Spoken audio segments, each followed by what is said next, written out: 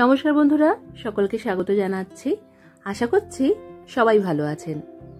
আজকে আমি আপনাদের সাথে আবারও একটি অপূর্ব স্বাদের নিরামিষ রেসিপি শেয়ার করছি। আজকে বানাচ্ছি আলু বেগুনের নিরামিষ ঝাল। এই রেসিপিটা রুটি ভাত দুইয়ের সাথে খেতেই অপূর্ব লাগে। আজকের এই রেসিপি ভালো লাগলে অবশ্যই করে ভিডিওটাকে লাইক আর শেয়ার করবেন, আর চ্যানেলটা সাবস্ক্রাইব করে নিন নিত্য নতুন আমিষ ও নিরামিষ রেসিপি দেখার জন্য। এই রান্নাটা করার জন্য একটা কড়াই মাঝারি আঁচে বসিয়ে এর মধ্যে আমি 3 টেবিল চামচের মতো সর্ষের তেল গরম করে নিয়েছি। তেলটা যখন গরম হয়ে যাবে তখন এর মধ্যে আগে থেকে কেটে ধুয়ে পরিষ্কার করে রাখা বেগুন দিয়ে দিতে হবে। এই রান্নার জন্য আমি যে ছোট সাইজের সরু সরু বেগুনগুলো পাওয়া যায় সেগুলো ব্যবহার করেছি, আর বেগুনগুলোকে এরকম 4 খণ্ড করে আমি কেটে নিয়েছি।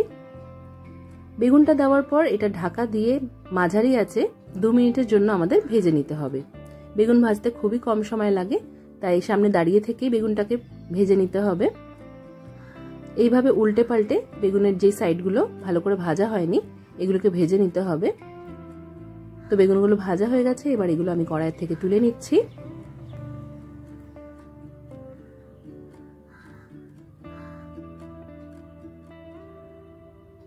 এবার কড়াইয়ে থাকা এই তেলের মধ্যেই আমরা দিয়ে দেব আগে থেকে ধুয়ে পরিষ্কার করে রাখা আলু। আলুগুলোকেও আমি বেগুনের মতনই কেটে নিয়েছি, একটু লম্বা লম্বা সরু সরু করে। আলুটা দেওয়ার পর এটা ঢাকা দিয়ে আমরা 1.5 থেকে 2 মিনিটের মতো রান্না করে নেব।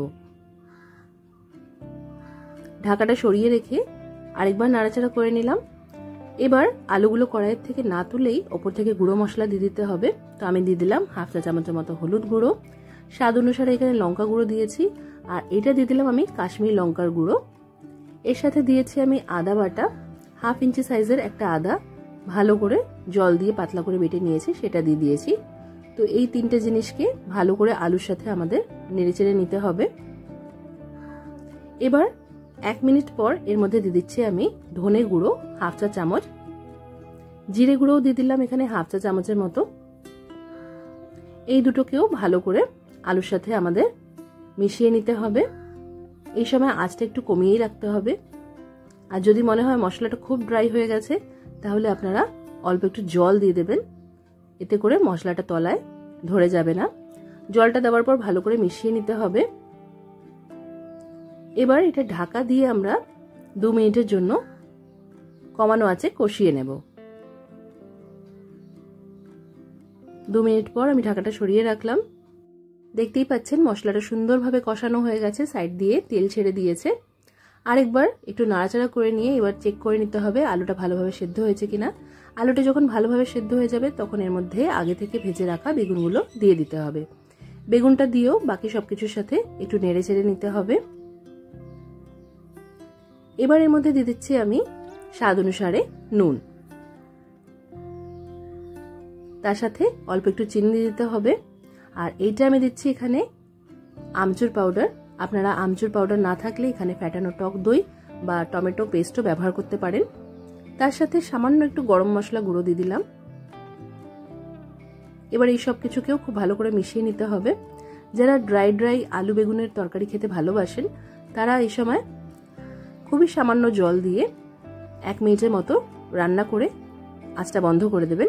আর যারা একটু গ্রেভি রেখে তরকারিটা করতে চান তারা প্রথমে অল্প একটু জল দিয়ে সবকিছুকে মিশিয়ে নিয়ে তারপর যেরকম গ্রেভি রাখতে চান সেই অনুযায়ী আরেকটু জল দিয়ে এটা ঢাকা দিয়ে 1 মিনিটের মতো হাই ফ্লেমে রান্না করে নেবেন।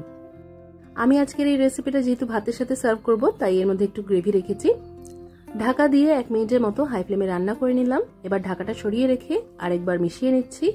দেখুন তরকারিটা কত সুন্দরভাবে সবকিছুর সাথে মিশে গেছে। তৈরি হয়ে গেছে আমাদের অপূর্ব স্বাদের নিরামিষ আলু বেগুনের তরকারি।